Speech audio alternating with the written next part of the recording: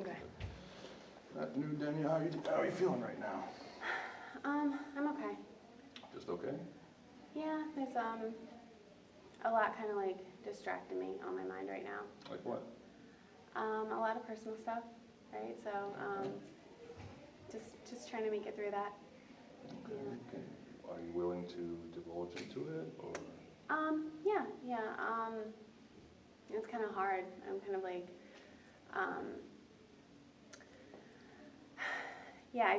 I just feel like there's like a lot of heaviness weighing on me right now, because I have to, as a student and a mother and whatever, I have to keep this like happy face on, right?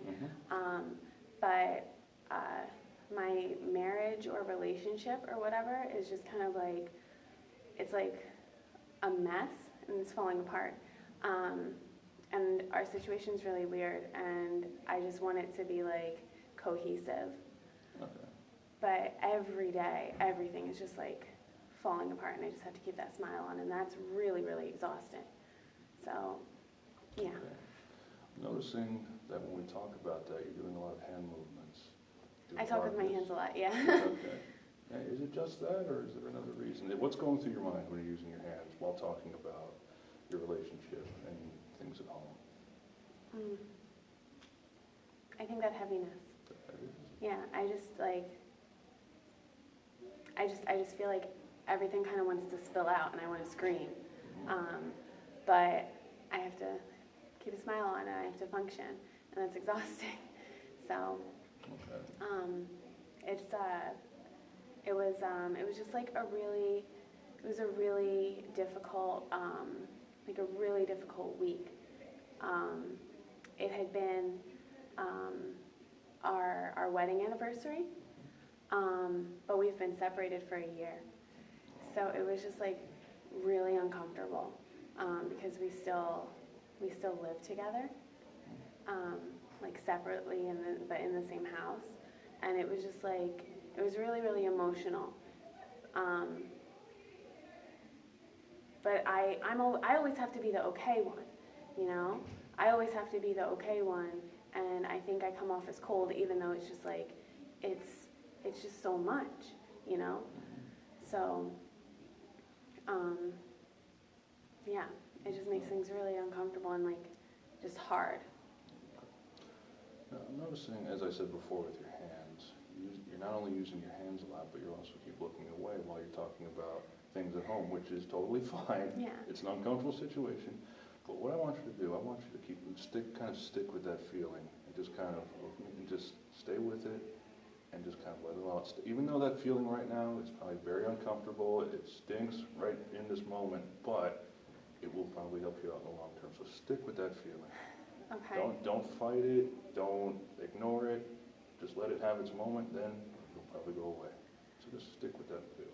It's so much easier just to bury it in the moment, right? It's always easy. It is easier to bury moments, but sooner or later something or someone will dig it up. It's like a resurrected zombie in a way. It's almost stronger than it was before. Yeah. So this choice you have to make is: do you want to repress it and keep it buried, or do you want to bring it out in the open and get rid of it, or at least, or in a way understand it more, get more in line with it, so you can get more in line with yourself. Yeah, I mean, that's probably the healthier approach. Okay. Okay, so going back again, I know I brought this up already, but your hand movements a lot. You keep going like this, how the world is weighing on you, how you feel like you have the world on your shoulders, like Atlas almost. I want you to exaggerate, because you kept going like this. I want you to really like move your hands, just like, oh God, or go like this, whatever signifies having the weight of the world on your shoulders. And I want you to tell me what's going on through your mind while you're doing that. Okay. And remember, try to be in the moment. Okay.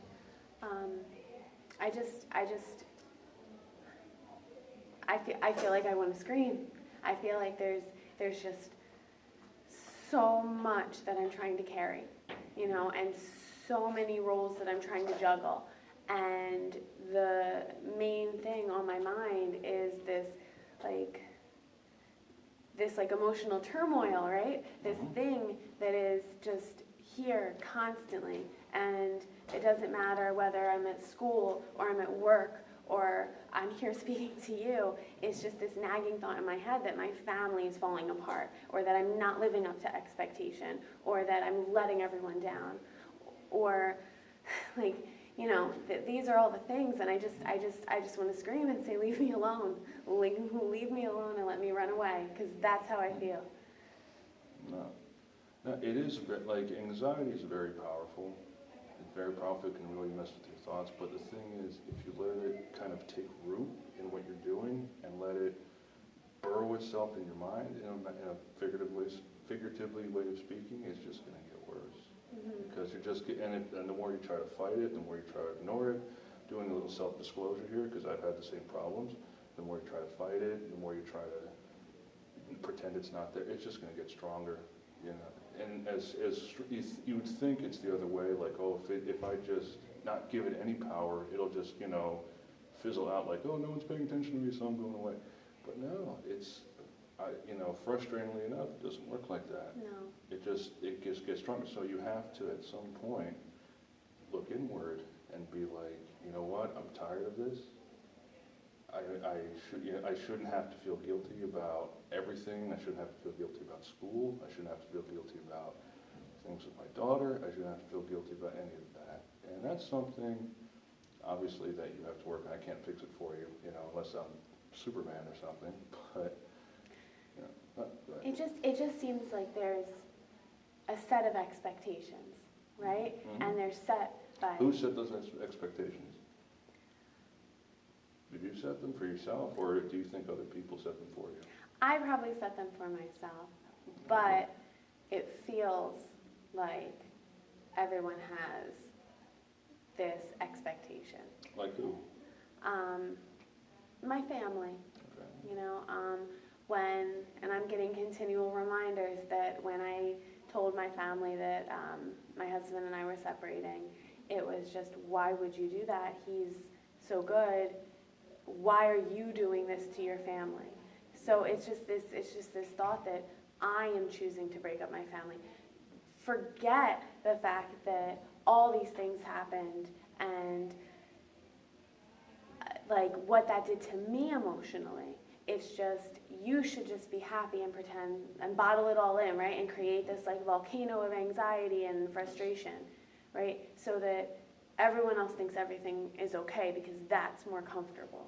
Well, going back to, touching on your volcano metaphor, it's easy to keep it bottled in, but sooner or later it's going to erupt, and who knows what could happen when it erupts. When you keep, especially if you keep that kind of strong feeling bottled in that long. So you feel your family disapproves of you ending your marriage or separating from your husband. Okay, now how does that, right now it's about 2:38 p.m. right now, how does that make you feel right now in this moment? Angry. Very angry. Yeah. Sorry, I didn't mean to lead you on there, I should have said angry. Mm-hmm. So, okay.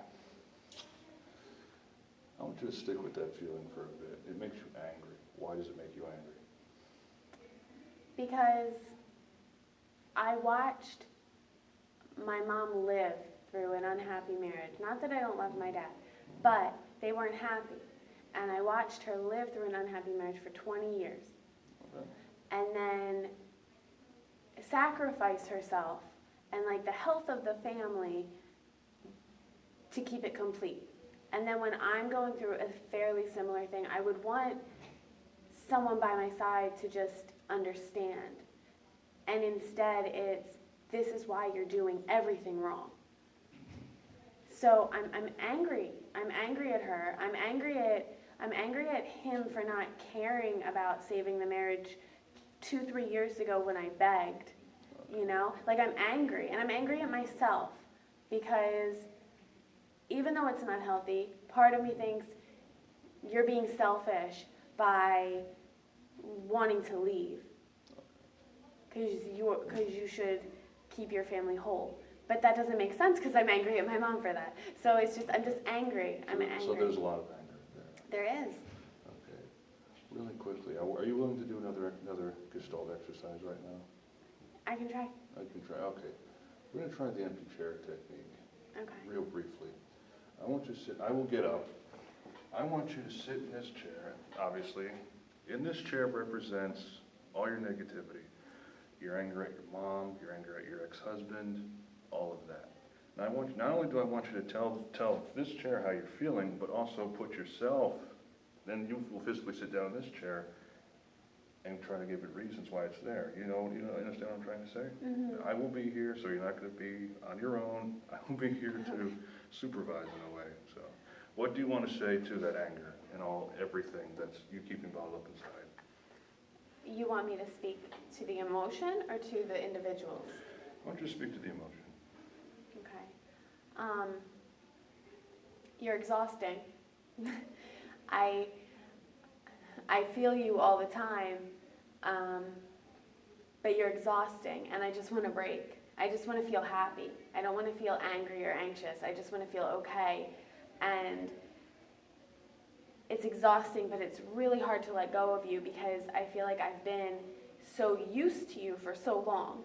I've been so used to having you inside of me and keeping you bottled in and putting on this mask of everything being okay when then all the other emotions just creep out at the worst times. Okay, stop right there.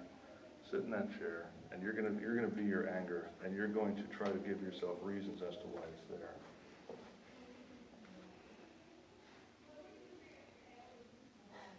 It's not easy, I know, but I think that you're angry because you don't feel like you have your supports around you. And you're afraid to let go of your anger and your anxiety because it's unfamiliar to feel okay. It's comfortable to feel uncomfortable. okay. And now going back to this chair, what is your answer to that? But I don't have those supports around me. And that does make me angry, and I have a right to be angry about that. And maybe you're right. Maybe I've gotten too used to being anxious and being angry about these things. And that's the only state I'm used to functioning in, is this whirlwind of emotion and trying to balance too many things because I'm comfortable in the chaos. Okay, if I can interrupt for a bit. You're obviously, as ironic as this sounds, you're angry at your anger, obviously. Now, so why are you giving it so much power? Because I'm not used to having the power. You're not used to, okay, you're not used to having the power. Well, in this, again, safer environment, this time you have the power to tell your anger, whatever you want to tell it. I'm not going to speak to your anger for you, but right now you have the power. Anything you want to say about your anger. I want to let go of you. I want to forgive. We all make mistakes, right? So I want to forgive the mistakes that everyone has made, including myself. I don't want to be angry at myself anymore. I don't want to be angry at the people in my life anymore. I want to let you go, and I want to move past it. Okay. Let me take this chair again. That's going to be a work in progress. You're not going to get rid of your anger and anxiety overnight. If you could, let me know, because I would love to do that too. But it's a process. But it's important that you stay in the moment. And when you feel yourself getting angry or anxiety or anxious, don't try to bury it. Don't try to repress it. Don't try to pretend it's not there, because it's just going to get stronger. Instead, try to, as much as you feel comfortable, try to confront it and be like, well, okay, why is it here? What is its purpose? Why is it showing up when, even if you're just doing something at home, or you're driving, and your mind's just kind of wandering, and you get anxious all of a sudden, it's just like, okay, why? Like, where's this coming from? Because especially if you're by yourself, no outside force is influencing it. No one's, texting you saying, oh, you should be angry, or nothing. It's all in trust. And again, self-disclosure, I've been there before. It's all in your head. It really is. And the thing you have to is, again, stay in the moment and stick with that feeling if it shows up again, and really confront it.